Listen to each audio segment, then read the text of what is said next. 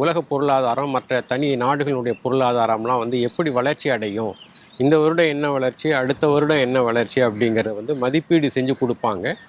அந்த மதிப்பீட்டில் வந்து அடுத்த ஆண்டு, அதாவது 25-26 நிதியாண்டு இருக்குல்ல, அதுக்கு இந்தியாவோட பொருளாதார வளர்ச்சியும் ஜப்பானுடைய பொருளாதார வளர்ச்சியும், அவங்களுக்கு வந்து கேலண்டர் ஆண்டு 25, அதாவது நடப்பு ஆண்டு முடிந்ததுன்னா, இது ரெண்டுலேயும் வந்து 4.189 ட்ரில்லியனோ என்னமோ இந்தியா வந்து அடையும் அப்படின்னும், இவங்க வந்து 4.1878 ட்ரில்லியன் அடைவாங்க. அதாவது 0.001 ட்ரில்லியன் வந்து ஜப்பானை விட நம்ம முன்னாடி இருக்கோம். அதனால் வந்து நம்ம வந்து 4வது பொருளாதாரம். இது வந்து IMF கொடுத்த அறிக்கை. IMF கொடுத்த மதிப்பீடு ஒவ்வொரு நாடுகளோட பொருளாதார வளர்ச்சி எப்படி இருக்கும் அப்படின்னு. இப்போ இந்தியாவுக்கு வந்து வளர்ச்சி விகிதத்தை வந்து அவங்க 6.5லேருந்து 6.2 குறைச்சி மதிப்பிட்டிருக்கிறாங்க.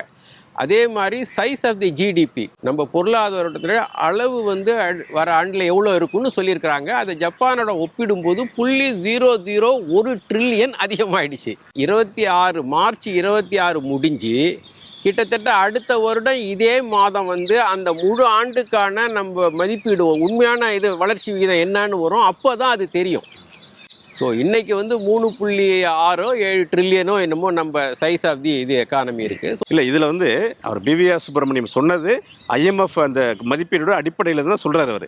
ஆமாம், அவர் என்ன சொல்கிறாருங்க, அரசியல்வாதிகள் பொய் சொல்லலாம், அதிகாரிகளும் வந்து கூட சேர்ந்து பொய் சொல்கிறாங்க. அவருக்கு தெரியும் இது மதிப்பீடு, ஆனால் அடைஞ்சிட்டோங்கிற மாதிரி சொல்கிறாரு. பொய்யான ப்ரொஜெக்ஷன், பொய்யான ப்ரொஜெக்ஷனை பண்ணுறாரு. அவர் வந்து ஒரு அதிகாரி. அதை தான் இன்னொருத்தர் கரெக்ட் பண்ணியிருக்காரு. நீங்கள் சொன்னீங்களே இன்னொருத்தர் அரவிந்த் வீரமணியும் என்னமோ, அவர் வந்து இது ப்ரொஜெக்ஷன் தான். ப்ரொஜெக்ஷன்னா கணிப்பு, அடுத்த ஆண்டு எப்படி இருக்குங்கிறத கணிப்பு. அந்த கணிப்பு நடைமுறைக்கு வரதுக்கு பல சிக்கல்கள் இருக்குது. ஏன்னா அந்த கணிப்பு வந்து நிறைய அசம்ஷனுக்கு அடியில் இருக்குது. ரூபாய்க்கும் டாலருக்கும் எக்ஸ்சேஞ்ச் ரேட் எவ்வளோ இருக்குன்னு ஒரு அசியூம் பண்ணியிருப்பாங்க.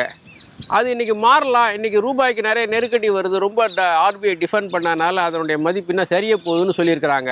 ஸோ அப்படி மாறும்போது ட்ரம்ப் வந்து நாளைக்கு வேறு மாதிரி முடிவெடுக்கும் போது, இல்லை நம்ம பொருளாதாரம் தொடர்ந்து சரிஞ்சிக்கிட்டு இருக்குது, RBI ஆட்டும் IMF வேர்ல்டு பேங்க் வந்து குறைவாக திருத்தி அமைக்கிறது பரவாயில்ல, RBIயே குறைவாக திருத்தி அமைச்சிருக்கு, வர ஆண்டு இன்னும் குறையும்னு கணிக்கிறாங்க, 6% தான் இருக்குன்னு கணிப்பு செய்கிறாங்க. அப்படிலாம் இருக்கும்போது வந்து இது நடைமுறைக்கு வருமாங்கிறது ஒரு கேள்வி.